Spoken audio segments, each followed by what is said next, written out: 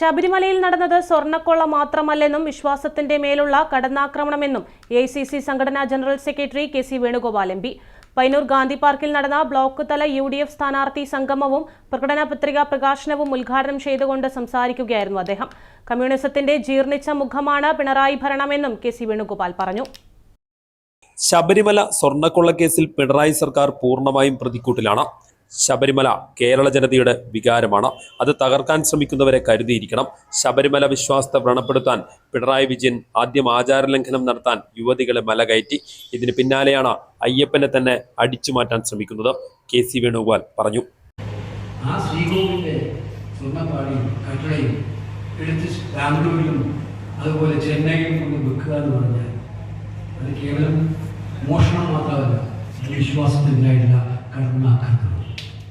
വിശ്വാസികളെ കടന്നാക്രമിക്കുന്നത് ഞാൻ ഏറ്റവും പറഞ്ഞാൽ ഇത്രയും ത്യാഗം ചെയ്ത് പോകുന്ന വിശ്വാസികൾ ഇതിനൊന്നും കാര്യമില്ല.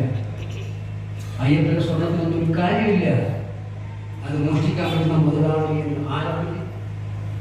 CPM എങ്ങനെ ആത്മാഭിമാനത്തോടെ വോട്ട് ചോദിക്കാൻ കഴിയുന്നു? സംസ്ഥാന കമ്മിറ്റി അംഗം.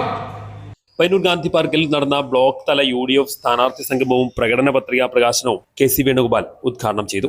Block Congress president K. Jayaraj അധ്യക്ഷത വഹിച്ചു. KPCC general secretary advocate Sony Sebastian, DCC president advocate Martin George, നേതാക്കളായ Balakrishnan Periya, Rajith Narath, advocate K. Brijesh Kumar, KT Sahadulla, MK Rajan തുടങ്ങിയവർ സംബന്ധിച്ചു. News bureau, Payyanur.